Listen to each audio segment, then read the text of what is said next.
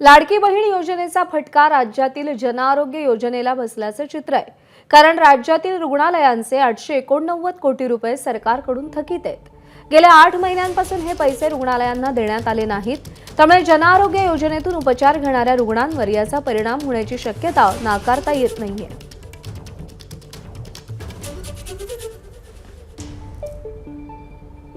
जन आरोग्य योजनेअंतर्गत उपचार केल्यानंतर सरकारकडून रुग्णालयांना दिले जाणारे पैसे हे गेल्या 7 ते 8 महिन्यांपासून थकीत आहेत आणि हा जो आकडा आहे तो राज्यातील रुग्णालयांचा आकडा आणि त्याची जी थकीत आहे जवळपास 889 कोटी रुपये हे राज्यातील रुग्णालयांचे सरकारकडून थकीत आहेत आणि हे जवळपास 7 ते 8 महिन्यांपासून हे सगळे थकीत आहेत ते आपल्याला पाहायला मिळतात।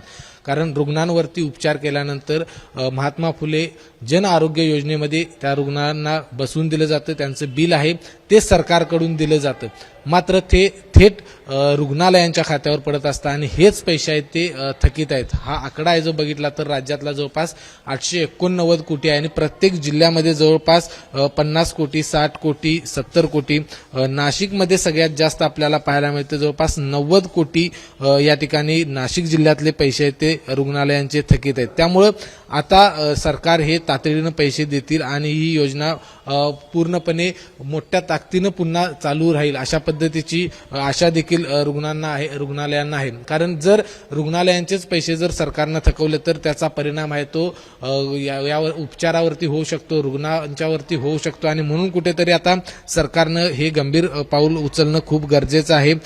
कोल्हापूर जिल्ह्याचं जर आपण बघितलं तर कोल्हापूर जिल्ह्यामध्ये जवळपास 53 कोटी आहेत ते थकीत आहेत, सांगलीमध्ये जवळपास 35 कोटी थकीत आहेत, साताऱ्यामध्ये 25 कोटी थकीत आहेत, सगळ्यात जास्त थकीत आहेत ते नाशिकमध्ये जवळपास 90 कोटी या ठिकाणी थकीत असलेलं आपल्याला पाहायला मिळतं।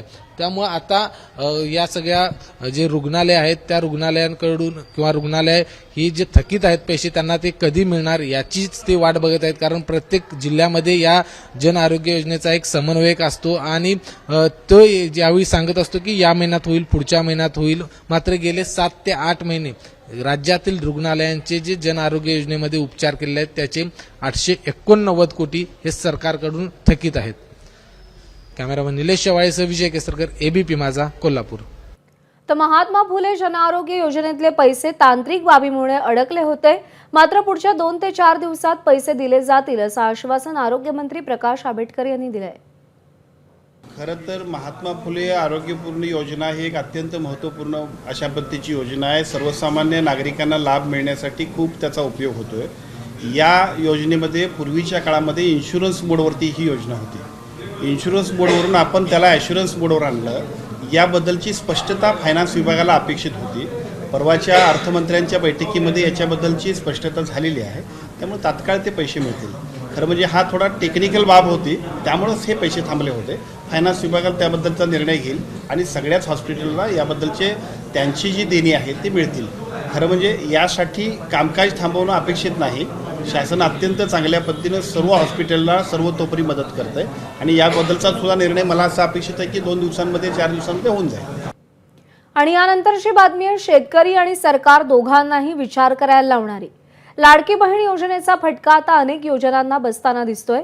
या योजनेचा फटका शेतकऱ्यांनाही बसतोय का, हा प्रश्न विचारण्याचं कारण शेतकऱ्यांना ठिबक सिंचन योजनेसाठी दिलं जाणारं अनुदान गेल्या वर्षभरापासून मिळालंच नाहीये। एकट्या छत्रपती संभाजीनगर जिल्ह्यात शेतकऱ्यांची शासनाकडे 58 कोटी रुपयांची थकबाकी आहे। शेतकऱ्यांनी ठिबक योजनेसाठी अनुदान मिळतं म्हणून या योजनेमध्ये सहभाग घेतला, शेतीमध्ये ठिबक योजनेसाठी स्वतःच्या खिशातून पैसे घातले, मात्र सरकारकडून मिळणाऱ्या अनुदानाचे पैसे मागण्यासाठी शेतकरी कृषी कार्यालयाचे उंबरठे झिजवतायत। त्यांना त्यांच्या हक्काचे सबसिडीचे पैसे मात्र मिळत नाहीयेत। एबीपी माझा, उघडा डोळे बघा नीट।